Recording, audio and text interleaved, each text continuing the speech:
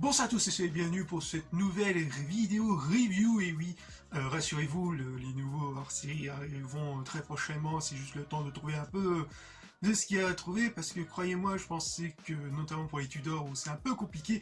Mais enfin bref, le temps que je réunis assez d'informations pour enfin faire un bon épisode, je vous tiendrai bien sûr au courant via les Discord, etc. Tout est en lien dans la description.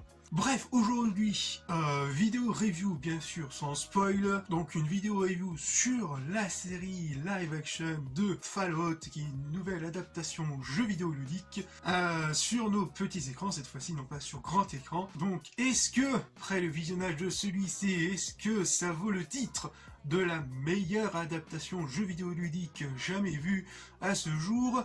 La réponse tout de suite. Donc, de ce que j'en ai pensé de cette première saison. Tout d'abord, Fallout, déjà, j'aime beaucoup cet univers post-apo. C'est un de mes univers post-apo préférés. Je vais commencer par le 4, puis ensuite par le 3 et New Vegas par la suite. Oui, c'est vrai que j'ai tendance parfois à commencer dans le désordre, mais voilà, découvrez-vous. Et c'est vrai que j'étais assez pris dans le délire post-apo, etc. C'est vrai que j'ai vu quelques gameplays des deux premiers où c'est vraiment du tour partout, où l'univers, surtout au niveau de la narration, c'est un peu plus sombre.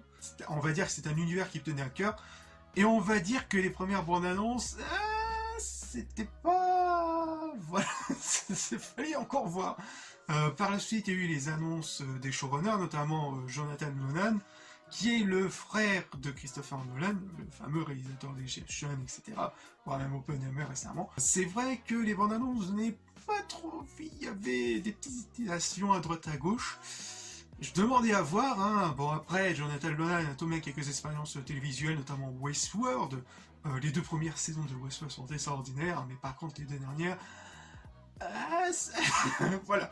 Donc, qu'est-ce que j'en ai pensé de cette première saison? Pour ma part, je vais plutôt rejoindre pour une fois, d'habitude je suis un peu gris, mais pour une fois je vais rejoindre une bonne partie des personnes, des spectateurs, où j'ai plutôt bien aimé, même s'il y a quelques points que je vais tout de même rebondir, mais sinon dans la globalité, j'ai tout de même assez bien aimé dans la façon où ils ont réussi à la fois respecter l'univers de base, du moins respecter tout ce qui est les fondations de cet univers. On va dire que la série réussit plus ou moins à retransmettre l'univers jeu vidéo ludique. Je trouve que c'est assez bien amené, et dans la façon dont c'est transmis, enfin, ils ont réussi à modeler aussi à leur propre image, à leur propre vision des choses. C'est vrai qu'on peut reprocher un peu plus comics, un peu plus comique, pourquoi j'ai dit comique, un peu plus comique de la chose, qui essaie de transmettre un peu plus aussi l'esprit du quatrième, avec un peu de temps en temps quelques petits récits narratifs, enfin s'inspirant de quelques petits récits narratifs, notamment de Fallout 3, avec un peu cet esprit aussi un peu plus bien gore, bien sec qu'on a déjà vu dans The Boys par exemple. Bref, donc de quoi ça raconte bien évidemment. Donc cette fois-ci, ça prend quasiment la même timeline des jeux, à savoir que en 2077, qu'il y a eu une guerre nucléaire qui est sortie de nulle part, voire même dans le lore, on ne sait pas qui c'est qui a commencé. Alors très très enrichi, hein. Je vous conseille la vidéo de Rack là-dessus pour mieux comprendre un peu le bousin. Donc on commence par là-dessus, par un flashback en 2077, de nous montrer le personnage de Cooper, qui est un acteur un peu célèbre, voilà, qui va vivre et qu'on va suivre tout au long de la série en tant que témoin du passé, d'explorer son passé, son lien avec Voltec par exemple. Je n'en dirai pas plus, mais voilà. Par la suite, 200 ans plus tard, on découvre le personnage de Lucy, notre héroïne principale de la série, qui est un peu la fille bien élevée, la fille, on va dire, engrainée dans cette idéologie Voltec, où un jour les gens des abris redonneront l'espoir d'humanité, etc. Voilà, cet esprit un peu là, vraiment à fond dedans, jusqu'à ce qu'il y ait un événement tragique, si on peut dire ça comme ça, va la pousser à explorer la surface. Entre temps, on va suivre en parallèle son frère, Nerd,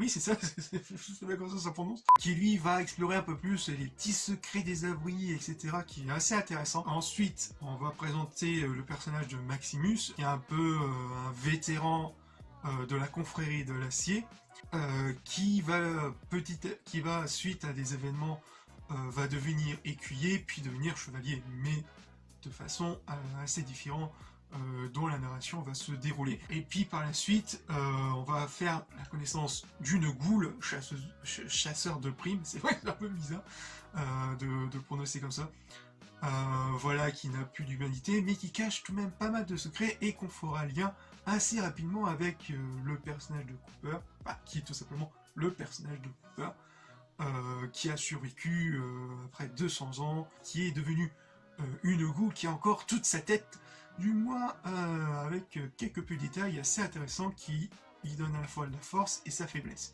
Voilà, je n'en dirai pas plus dans la globalité de l'histoire, et tous ces personnages vont se réunir dans un point commun, enfin dans un intérêt commun, petit à petit, etc. Dans un premier temps, c'est assez bien foutu, on ressent Jonathan Nolan, à la fois le showrunner, réalisateur et créateur de la série.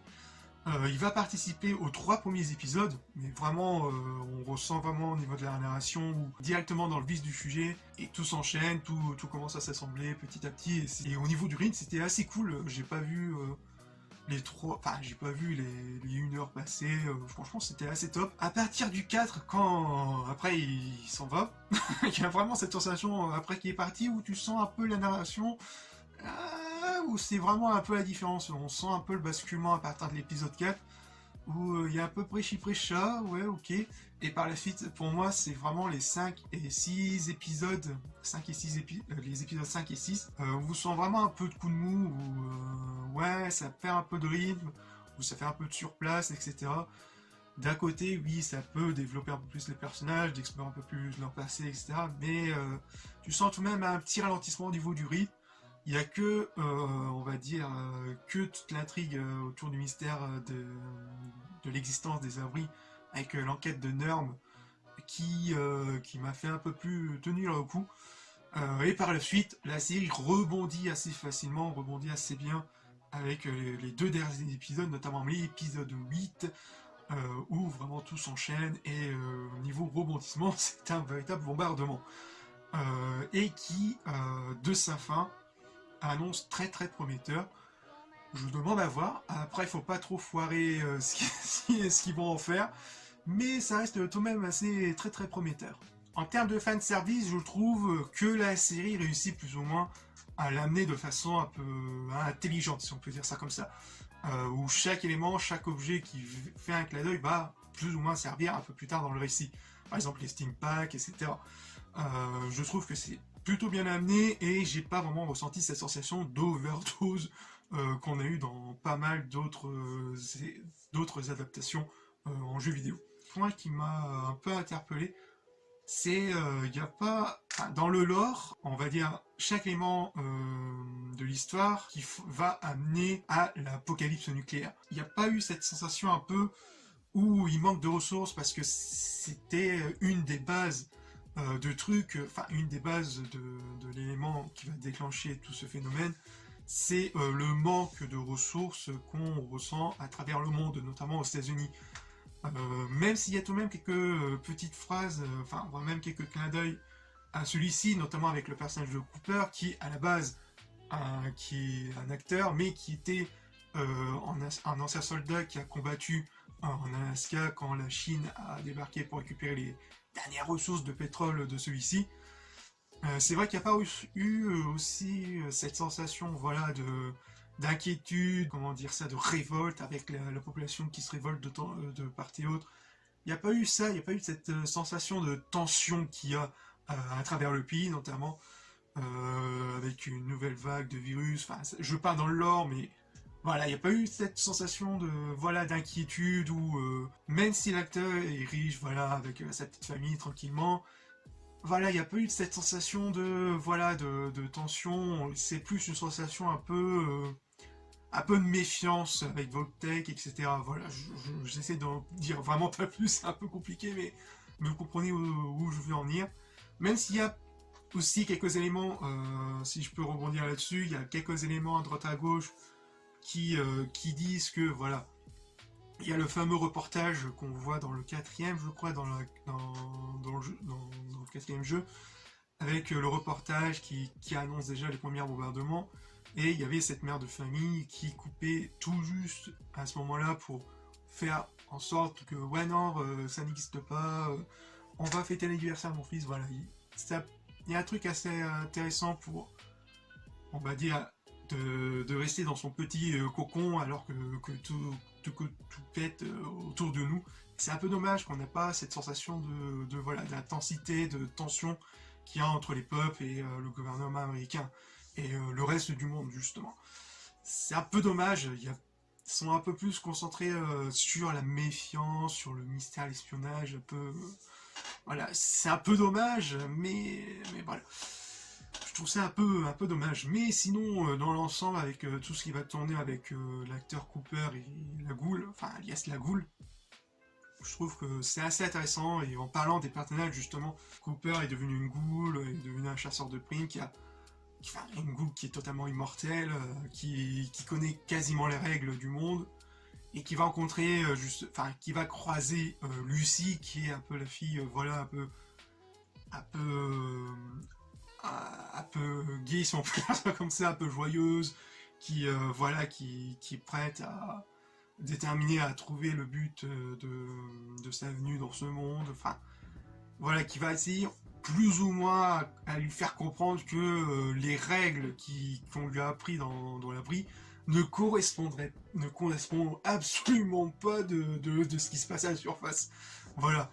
Et il y a ce changement psychologique et d'évolution du personnage de Lucy qui est assez intéressant. Il y aura ce titre dans sa tête qui, oui, c'est vrai, ce petit réalisme qui dit, ouais, non, c'est vrai que on peut dire que un peu de ce qu'on nous a promis est un peu différent, et bien plus tard, d'autres abris ont leurs propres règles, etc. Voilà, ça va un peu la faire évoluer, qui va un peu la faire évoluer dans ce monde, qui va un peu la comprendre, essayer de la comprendre, etc. à partir de ses règles, et d'essayer avec ses règles à elle, de façonner, de changer le cours de l'histoire. Un peu comme nous dans les jeux, quoi, avec chacun de nos choix aura une fin différente, amené à d'autres situations un peu différentes, qui est assez intéressant. Tout comme Maximus, hein, qui lui aussi va faire pas mal de choix qui va l'amener à s'allier, on va dire, entre guillemets, avec Lucy et la Goule, même si la Goule reste tout de même un peu en déclin. Mais voilà. Voilà, on peut dire que l'évolution des personnages et toute l'intrigue qui tourne autour d'eux est assez intéressant, mais aussi d'explorer un peu plus le passé de la Goule qui est plus ou moins hautement plus intéressant, et tous les éléments qui ont été mis en place dans chaque épisode, malgré quelques petits coups de mou dans les épisodes 5 et 6, va amener à des révélations où tout se déclenche, où tout on devine assez facilement. Oui, ok, oui, voilà. Ça se passe comme ça, avec des chamboulements scénaristiques. Ouais, non, sinon, c'est assez bien foutu. Je me suis assez laissé entraîner dans l'histoire avec ces personnages. Hautement intéressant. Si je devais rajouter autre chose, je dirais que, ouais, bon, en termes de décor, en termes d'esthétique, de design et d'effets spéciaux sont assez bien foutus et assez respectueux de l'univers. Il y a quelques sons de design aussi qui fonctionnent assez bien, notamment les véhicules à propulsion nucléaire, je sais plus si ça se dit comme ça, mais on sent bien le design, enfin on reconnaît un peu le design du truc, et c'est assez bien foutu. C'est assez bien respectueux, et on ressent vraiment la respiration qu'on sent vraiment pas cette sensation de huis clos dans un studio. Les décors sont assez bien foutus, ont assez d'espace, ça fait du bien. Autre qualité bien sûr de la série que je voulais rajouter, c'est la BO composée par Rami Djawadi, que je ne présente quasiment plus, hein, c'est rien que son travail de Game of Thrones vous fait déjà vous fait déjà penser au bonhomme. Même si je trouve que ça manque un générique, c'est vrai qu'il y a un générique Fallout avec une putain de musique composée par Rami Djawadi, ça aurait été la cerise sur le gâteau, ça aurait été excellent. Je pense qu'il y aurait pas mal de qualité là-dessus. Mais sinon, la musique réussit très bien à retransmettre un peu l'univers du truc. C'est vrai que je prononce assez, assez souvent, ça représente bien l'univers. Mais qui colle, on va dire, à pas mal de situations. Mention honorable au thème de Voltec, qui passe de un peu magique, enfin un peu vendeur de rêves, puis très vite un peu complotiste, mystérieux, qui fonctionne assez bien. Voilà. Même si parfois elle se fait un peu manger, enfin vraiment voler la vedette par quelques sons des années 50, 60, qui réussit plutôt bien. Vraiment que je soupçonne qu'ils ont réutilisé certaines musiques des anciens jeux. À voir, mais j'ai peut-être reconnu quelques sons. Peut-être que vous aussi. Bref, si je devais en conclure, bien évidemment, je pense que j'ai déjà tout dit, la série Fallout, on va dire, c'est une bonne adaptation. On va voir sur le long terme sur de ce qu'ils vont proposer, de ce qu'ils vont faire, de ce qu'ils vont fabriquer, qui pourront rajouter un peu plus dans le lore, on verra. Pour l'instant, la suite s'annonce très prometteur, et j'ai hâte de voir la suite. Voilà. C'est une bonne série, si vous êtes fan ou non, je pense que, vraiment, notamment pour les non-fans, je pense que c'est une excellente façon d'entrer dans le bain, et puis ensuite commencer par la suite, par Fallout 4, ou plus par Fallout 4 parce que c'est plus moderne, on peut dire ça comme ça, c'est plus accessible. Par la suite, après, si vous voulez vraiment rentrer dans le délire un peu comme dans la série au début de l'avril, je pense que l'expérience c'est plus au 3, puis par la suite New Vegas. Voilà. Donc n'hésitez pas à liker, commenter, partager, à vous abonner si le contenu de la chaîne vous plaît, et on se retrouve pour de futures vidéos. Peace.